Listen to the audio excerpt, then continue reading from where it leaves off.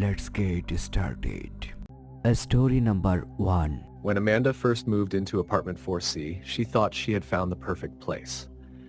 Nestled in an old building in the heart of the city, the apartment had high ceilings, vintage wooden floors, and large windows that overlooked a quiet courtyard.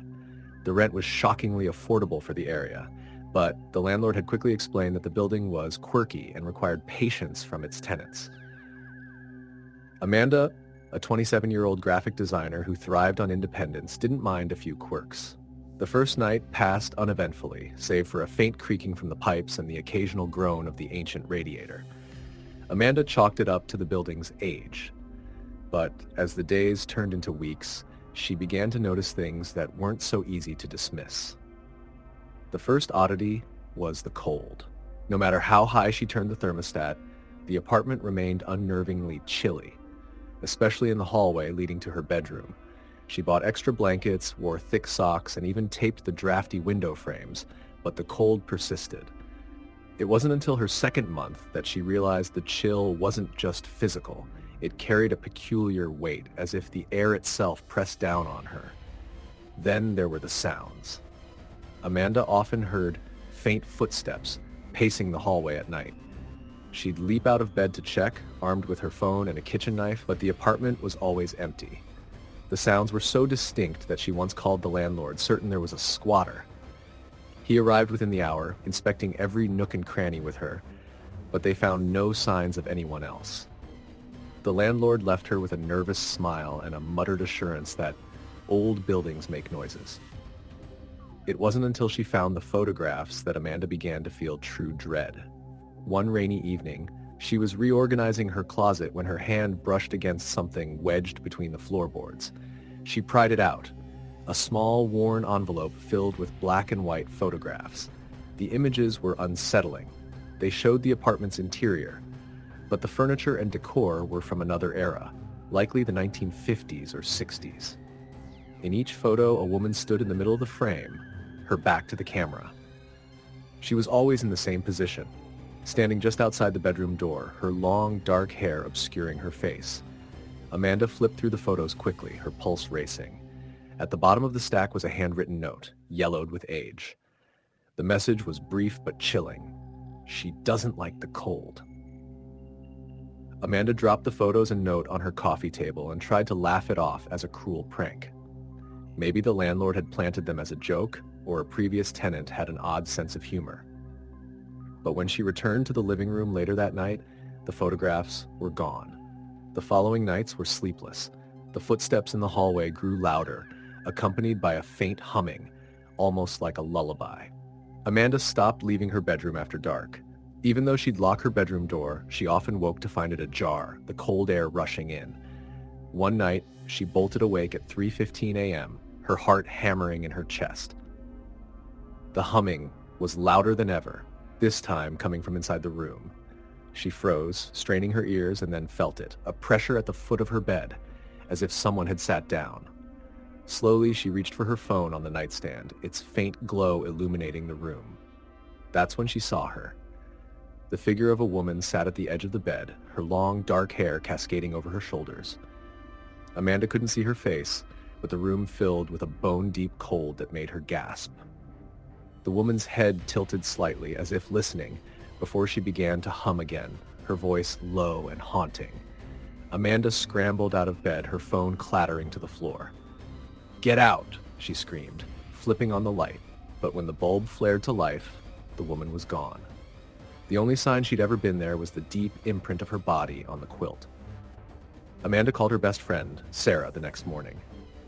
Desperate for answers, they searched the building's history online. What they found made Amanda's blood run cold.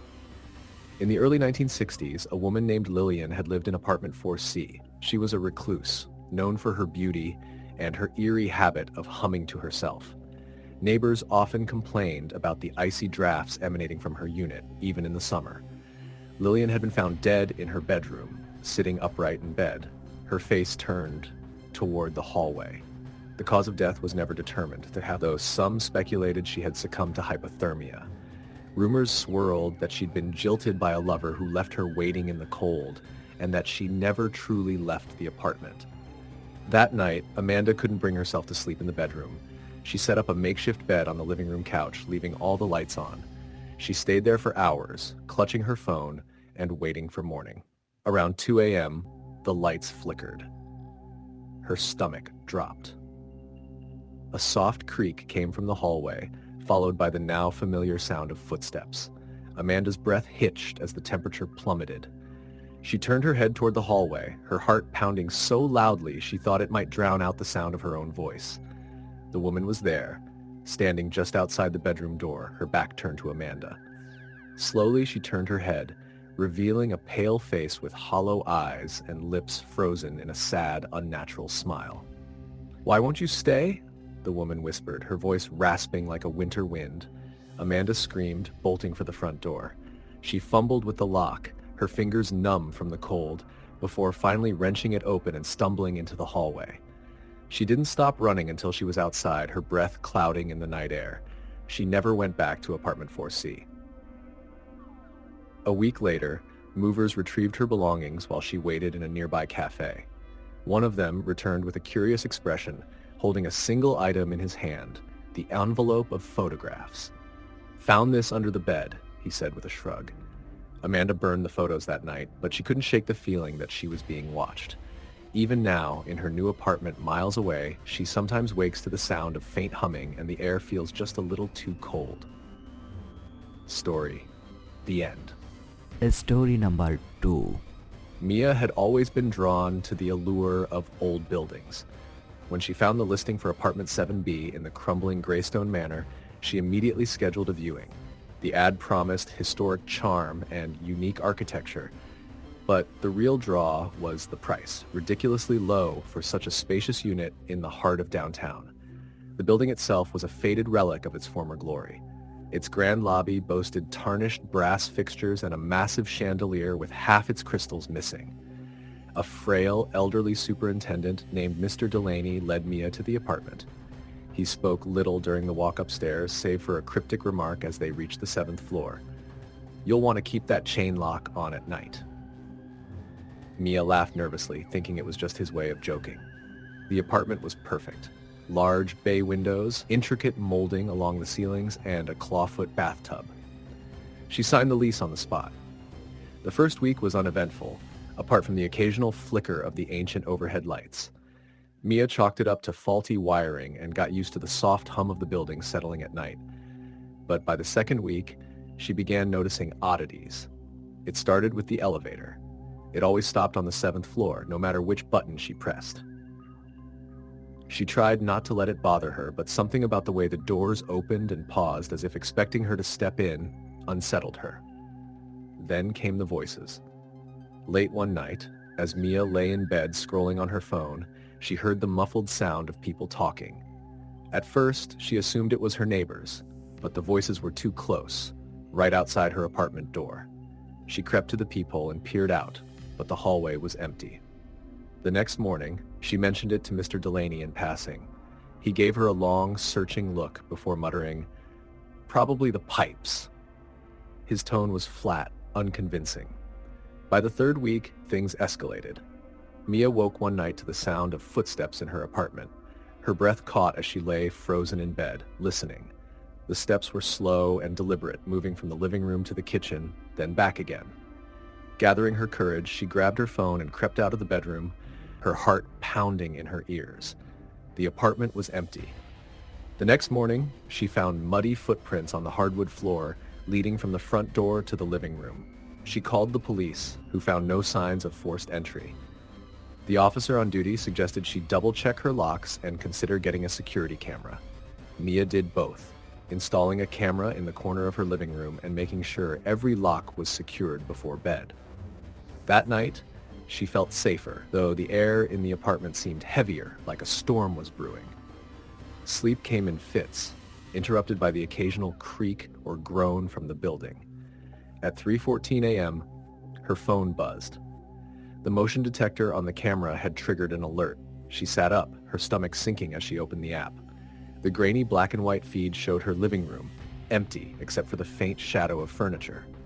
She squinted, adjusting the brightness when movement caught her eye. A figure stood at the far end of the room, facing the wall. Its silhouette was tall and indistinct, with long limbs that seemed slightly too thin to be human. It didn't move, but Mia's chest tightened as she realized something more horrifying. The figure hadn't entered the room. It had been standing there the whole time. The app froze, and when it reloaded, the figure was gone. The next morning, Mia debated leaving. But the lease was binding, and the thought of moving again so soon felt overwhelming. She convinced herself the camera had malfunctioned or caught a shadow at just the right angle. But deep down, she knew better. That night, the knocking began. It started softly, just a single knock at the front door. Mia froze, clutching her blanket as the second knock came, louder this time. She crept to the peephole, but the hallway was empty. Then the knocking moved, to the walls, the floor, even the ceiling. It wasn't random. It had a rhythm, deliberate and insistent. She pressed her hands over her ears, but the sound only grew louder, echoing in her skull until it stopped as suddenly as it had begun. The silence that followed was worse. Over the next few nights, the knocking continued. Mia tried to drown it out with music, but it seeped through, vibrating in her bones. She stopped sleeping, jumping at every creak and shadow. The camera caught nothing, but she began to feel watched, even during the day. One night, desperate for rest, Mia decided to confront whatever was tormenting her. She stayed awake, sitting in her living room with every light on, clutching a flashlight and a knife. The knocking began as usual, but she didn't flinch. Instead, she called out, her voice trembling but defiant, "Who's there? What do you want?" The knocking stopped. For a moment, there was nothing but the hum of the refrigerator and the sound of her own breathing. Then, from the hallway, a soft voice replied, "Let me in." Mia's blood ran cold. The voice was low, almost melodic, and distinctly not human. She bolted to her bedroom, slamming the door and locking it. For hours, she sat trembling on her bed, clutching her phone, but the voice didn't return. The next morning, she packed a bag and left for a hotel. She called Mr. Delaney from the safety of her room and told him she was breaking the lease. She expected an argument, but instead, there was a long pause. "You lasted longer than most," he finally said. "Just leave the keys in the office." Mia moved out the following week. She didn't tell her friends or family the full story, afraid they'd think she was losing her mind. But sometimes, late at night, she still hears knocking, faint and rhythmic, like it's trying to find her again. Story the end. Story number 3. The apartment had been vacant for months before Claire moved in. It was a small one-bedroom unit in an aging brick building on the edge of downtown. The rent was low, almost suspiciously so, but Claire couldn't afford to question it. Her recent breakup had left her emotionally and financially drained, and the apartment felt like a fresh start. When she first toured it, the place seemed perfectly ordinary. Scuffed hardwood floors, a creaky radiator, and a lingering smell of fresh paint. The landlord, a brisk woman in her 60s named Mrs. Keene, handed her the keys with a hurried smile and a cryptic warning. "Just don't let it bother you. It's all noise in an old building." Claire had barely thought twice about the comment until the first night she spent there. She was unpacking boxes late into the evening when she noticed the faint sound of footsteps above her. The rhythm was slow, deliberate, as if someone was pacing back and forth. She glanced at the ceiling and shrugged. Apartment living came with its quirks, and noisy neighbors were one of them. The footsteps continued over the next few nights, always around the same time, between midnight and 1 a.m. Claire tried to ignore it, but one night curiosity got the better of her. She knocked on the door of the unit directly above hers, hoping to introduce herself and subtly suggest they keep it down. The door opened to reveal a middle-aged man with tired eyes and a polite but distant demeanor. "There must be some mistake," he said after Claire explained the issue. "I work nights, and I'm never home at that hour." The explanation unsettled her, but she brushed it off. Maybe the sound was traveling from another apartment, or maybe she'd imagined the whole thing. She returned to her unit and tried to forget about it. A week later, she began to notice other strange occurrences. Lights flickered unpredictably, even after she replaced the bulbs. Objects seemed to shift positions when she wasn't looking. She'd leave her keys on the counter, only to find them later on the coffee table. Once, she woke to find the closet door in her bedroom ajar, though she was certain she'd closed it before going to bed. She told herself it was nothing, a trick of her tired mind, the natural settling of an old building. But then there was the mirror. The bathroom mirror was old, with edges that had begun to darken and warp. One morning, as Claire brushed her teeth, she noticed something strange. In the mirror's reflection, the hallway behind her appeared darker than it should have been, almost as if it stretched farther than the actual hallway. She turned around quickly, but the hallway was normal, well lit, and short. When she looked back at the mirror, the distortion was gone. Her unease deepened as the days passed. The footsteps above her became louder, more insistent, and seemed to follow her movements. If she walked from the kitchen to the living room, the pacing above mirrored her steps. At night, she started sleeping with the lights on, but even then she could feel something watching her. One particularly cold night, Claire woke abruptly at 3:12 a.m. The room was freezing and her breath hung visibly in the air. She sat up in bed, her heart pounding, and listened. The footsteps above were louder than ever, almost frantic, but now they were accompanied by something else. A soft, wet sound, like something being dragged across the floor. The sound stopped abruptly, and Claire's phone buzzed on her nightstand. She grabbed it, grateful for the distraction, but when she saw the screen, her stomach dropped. It was a notification from her building's app, which allowed tenants to message one another and report issues. The message was from apartment 3B, the unit directly above hers. It read, "Can you keep it down? The pacing is getting really loud." Claire's blood ran cold. She immediately typed out a response. "I thought you were the one pacing. I've been hearing it for weeks." The reply came almost instantly. "I'm not home right now. I haven't been for hours." Claire didn't respond. She set her phone down and stared at the ceiling. The footsteps resumed, louder and closer than ever, as if someone or something was directly above her bed. She threw on a jacket and bolted out of the apartment, spending the rest of the night in her car. The next day, she called Mrs. Keene. The landlord was dismissive at first, attributing the noises to the building's age, but when Claire pressed her, she finally sighed and said, "That unit has a history. It used to belong to a woman named Margaret. She lived there for decades. After her husband left her, she became strange. The neighbors complained about the pacing, the noises at all hours. One day, she just stopped coming outside. We had to force our way in." Claire's voice was barely above a whisper. What happened to her? She was in the bedroom, sitting on the floor, dead for days. But the strange thing was, Mrs. Keene hesitated. Her shoes were worn down, the soles almost gone, as if she'd been pacing nonstop. Claire felt sick. She asked to break the lease, but Mrs. Keene refused. Desperate, she contacted a paranormal investigator, a middle-aged woman named Elaine, who claimed to have experience with restless presences. Elaine arrived the following evening with a small kit of tools and a calm, reassuring demeanor. She walked through the apartment, pausing frequently as if listening to something only she could hear. When she entered the bedroom, she frowned deeply. "This space is heavy," she said. "There's a lot of energy here, residual, but also aware." "What does that mean?" Claire asked, her voice trembling. Elaine didn't answer immediately. Instead, she placed a small recorder on the dresser and asked Claire to leave the room for a moment. When she returned, Elaine played back the recording. At first, there was nothing but static. Then, faintly, a woman's voice whispered, "Why won't you let me rest?" Claire moved out 2 days later, leaving most of her belongings behind. She never returned to the apartment, and Mrs. Keene never refunded her deposit. Months later, Claire learned the building had been condemned due to structural issues. It was demolished shortly after, but Claire couldn't shake the feeling that Margaret's pacing hadn't ended. It had just moved on. Even now, in her new apartment, Claire sometimes wakes in the middle of the night to the sound of footsteps above her. And once in her bathroom mirror, she swore she saw a dark, distorted hallway stretching out behind her. Story the end. Story number 4. The apartment building stood at the end of a quiet street, shrouded by ancient oaks and the weight of time. It wasn't flashy or modern, but for Caleb, it was perfect.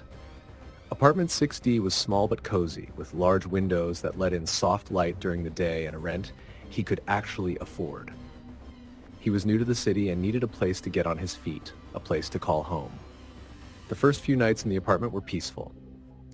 Caleb spent his time unpacking boxes, arranging furniture, and learning the quirks of the old building.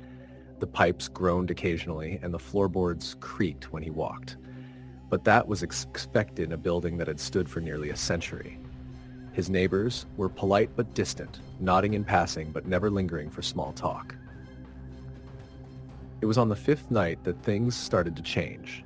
Caleb was lying in bed, scrolling through his phone, when he heard it, faint knocking. It wasn't coming from his door, but from the wall behind his bed. 3 sharp knocks, then silence. He sat up, heart racing, and listened. Maybe it was the neighbor next door hanging something on the wall. But as he lay back down, the knocking came again. 3 sharp, deliberate knocks. Annoyed but not alarmed, Caleb knocked back. "Keep it down," he called, his voice echoing in the quiet apartment. There was no response. The knocking stopped, and Caleb eventually drifted off to sleep. The next morning, as he passed his neighbor in the hallway, Caleb decided to bring it up. The neighbor, an older man with a worn face, frowned when Caleb mentioned the knocking. "There's no one on the other side of your wall," the man said. "That's the old utility room. It's been locked for years." Caleb felt a chill crawl up his spine, but forced a laugh. "Maybe the pipes, then." "Maybe," the neighbor said, though his tone suggested he didn't believe it. That night, the knocking returned, louder this time. 3 knocks, followed by a pause, then 3 more. Caleb lay frozen in bed, staring at the wall. It sounded so close, like someone was standing just on the other side, trying to get his attention. He didn't knock back this time. Instead, he turned on his bedside lamp and grabbed his phone, scrolling mindlessly until exhaustion finally pulled him into an uneasy sleep. The next few days were quiet, and Caleb started to think he'd imagined it. But then, the other things began. Lights flickered unpredictably, no matter how many times he replaced the bulbs. His keys and wallet started showing up in odd places, on the floor, in the bathroom sink, despite him being certain he'd left them on the kitchen counter. At night, the air in the apartment felt heavier, colder, as if the building itself were pressing down on him. One evening, as he cooked dinner, his phone buzzed with a notification. It was from his building's tenant app, alerting him that his apartment door had been unlocked. Caleb froze, the knife in his hand trembling. He slowly turned toward the door, half expecting it to swing open, but it remained closed. He approached cautiously and checked the lock. It was secure. The chain still latched. His phone buzzed again. Another notification. Front door opened. Caleb's breath hitched. He stared at the screen, his pulse hammering in his ears. The door was still closed, the lock untouched. He turned back to the kitchen and saw it. The knife he had been using was now on the other side of the counter. He was sure he hadn't moved it. The apartment felt impossibly silent, as if the building were holding its breath. That night, Caleb set up his phone to record while he slept. He didn't want to admit it, but he felt watched, like someone, or something, was in the apartment with him. When he woke the next morning, his phone was no longer on the nightstand but on the floor beneath the bed. He retrieved it, heart pounding, and reviewed the footage. At first, there was nothing, just him tossing and turning in bed. But around 3:15 a.m., the bedroom door creaked open slowly. Caleb sat bolt upright, replaying the video, but there was no one there, just the door opening on its own. He didn't remember leaving it ajar. For the first time, Caleb thought about leaving the apartment, but he couldn't afford to break the lease, and moving so soon seemed impossible. He convinced himself it was all explainable. The building settling, the wind, his own sleep-deprived imagination. But the apartment wasn't done with him. The following night, Caleb woke to the sound of breathing. It was faint at first, almost imperceptible, but as he lay there, holding his breath, it grew louder. It wasn't his breathing, it was coming from the corner of the room. He turned his head slowly, his eyes adjusting to the dim light. There, in the corner, was a shadow. It was darker than the rest of the room, its edges shifting subtly, like smoke trapped in a jar. Caleb blinked, hoping it was a trick of his tired eyes, but the shadow moved. It stepped forward, its form becoming more defined. It was tall, humanoid, but wrong. Its limbs were too long, its movements too fluid. Caleb couldn't move. He couldn't scream. He could only watch as the figure drifted closer, stopping at the foot of his bed, its head tilted slightly as if studying him. Then in a voice that sounded like wind through broken glass, it spoke. "Why are you here?" The lights flickered violently, and Caleb's body unfroze. He bolted from the bed, grabbing his keys and phone, and ran out of the apartment. He didn't stop until he was in his car, parked 3 blocks away. He sat there until dawn, shaking and trying to convince himself he hadn't lost his mind. The next morning, Caleb returned to the building to gather his belongings, but something stopped him as he reached his door. Scratched into the wood, deep and jagged, were 3 words: "Stay with me." He never went back inside. Caleb broke the lease and left the city entirely, leaving everything behind. Weeks later, he received a single piece of mail from the landlord, a note written in shaky handwriting. "You're not the first. That place doesn't let go easily. Be careful." Even in his new apartment, far from the city, Caleb sometimes wakes in the middle of the night to faint knocking. 3 sharp knocks, followed by silence. Story the end. Story number 5. Rachel found the apartment purely by chance. She wasn't even looking to move, but as she scrolled through online listings out of curiosity, the ad for apartment 4C caught her eye. The price was absurdly low for such a central location, and the photos showed a spacious, bright unit with high ceilings and vintage charm. It seemed too good to be true. When she arrived for the viewing, the building had an odd feel. It was old, with cracked tiles in the lobby and dim lighting that flickered slightly. The landlord, Mr. Hayes, was a gaunt man in his 50s with a nervous energy. He barely made eye contact as he handed her the keys and muttered, "It's a quiet place. Just don't disturb anything." Rachel laughed. "Don't disturb what?"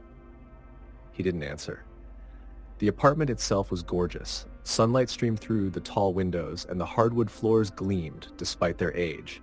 It felt warm, inviting, like a place where she could finally settle after years of moving from one place to another. She signed the lease that same day. The first week passed without incident. Rachel spent her days unpacking and decorating, enjoying the peacefulness of the old building. The neighbors were few and mostly kept to themselves. Occasionally, she'd hear footsteps in the hallway or the muffled sound of voices, but nothing unusual for an apartment building. It was on the 8th night that Rachel noticed something odd. She had fallen asleep on the couch while watching TV and woke up in the middle of the night to silence. The TV had turned off, though she was sure she hadn't touched the remote. As she sat up, she noticed a faint sound, a soft humming like a woman's voice, coming from the corner of the room. She turned her head slowly, her heart thudding. The corner was dark, untouched by the streetlights outside. The humming grew louder, almost melodic, but when Rachel switched on the lamp, the sound stopped. The corner was empty. She laughed nervously, chalking it up to her half-asleep brain playing tricks on her, and went to bed. The next few nights were quiet, but the strange occurrences didn't stop. Rachel began to notice cold spots in the apartment, patches of air that were icy and sharp despite the summer heat. Her cat Milo started acting strangely, staring at seemingly empty corners and hissing at nothing. Once, she found him crouched under the bed, trembling, his wide eyes fixed on the bedroom door. Rachel tried to ignore it, telling herself it was just the quirks of an old building. But then the knocking started. It was faint at first, coming from the closet in her bedroom. Late at night, she'd hear 3 soft knocks, evenly spaced, and then nothing. The first time it happened, she opened the closet, thinking something might have fallen or shifted inside, but everything was exactly where she'd left it. The knocking continued every night, growing louder and more insistent. It no longer stopped at the closet. Now it echoed through the walls, the floor, even the ceiling. One night, desperate for sleep, Rachel yelled, "What do you want?" The knocking stopped immediately, and for a moment, the apartment was deathly silent. Then from the closet, she heard a faint whisper, "Let me out." Rachel didn't sleep that night. She sat on the couch with all the lights on, Milo curled in her lap, trembling as much as she was. By morning, she convinced herself it was just her imagination. She had been stressed lately, overworked, and maybe that was making her hear things. But the apartment didn't let her forget. The whispers continued, growing clearer. Sometimes they sounded like a woman's voice, soft and pleading. Other times, they were harsher, fragmented sentences that made no sense. "It's not yours. You don't belong. Stay away." One evening, while Rachel was washing dishes, she heard a crash from the living room. She rushed in to find the large mirror above her fireplace shattered, shards of glass scattered across the floor. She stood there frozen until she noticed something else. Written on the wall beneath where the mirror had hung were words scrawled in what looked like ash. "Get out!" Terrified, Rachel called Mr. Hayes. He arrived the next day, his usual nervous demeanor even more pronounced. When she showed him the writing, he paled and muttered, "It's happening again." "What's happening again?" Rachel demanded. He hesitated before speaking. "The woman who lived here before you, she left in a hurry. Said she couldn't take the knocking, the whispers. I thought it was just her imagination. But now..." Rachel stared at him, horrified. "Why didn't you tell me this before I moved in?" "I didn't think it was real," he said quietly. "And no one's ever been hurt, at least not physically." "That's not comforting," Rachel snapped. "I can't stay here." "I'll release you from the lease," he offered quickly. "No penalty. Just please don't tell anyone about this." Rachel didn't argue. She packed her things that night, throwing clothes and essentials into suitcases and boxes. As she worked, she felt the apartment watching her, its silence heavy and expectant. Milo stayed glued to her side, growling at shadows that seemed to shift just out of sight. As she loaded the last box into her car, Rachel glanced back at the apartment one final time. In the window of her living room, she saw a figure, a pale woman with hollow eyes, watching her leave. Rachel didn't stay to look closer. She drove away and never returned to the building. Weeks later, she received a single voicemail from Mr. Hayes. His voice was trembling. "I've locked the place up," he said. "No more tenants. I should have done it years ago. Whatever's in there, it doesn't want anyone else." Even in her new home, far away from apartment 4C, Rachel sometimes wakes in the middle of the night to faint knocking, and Milo still refuses to go near any closed doors. Story the end.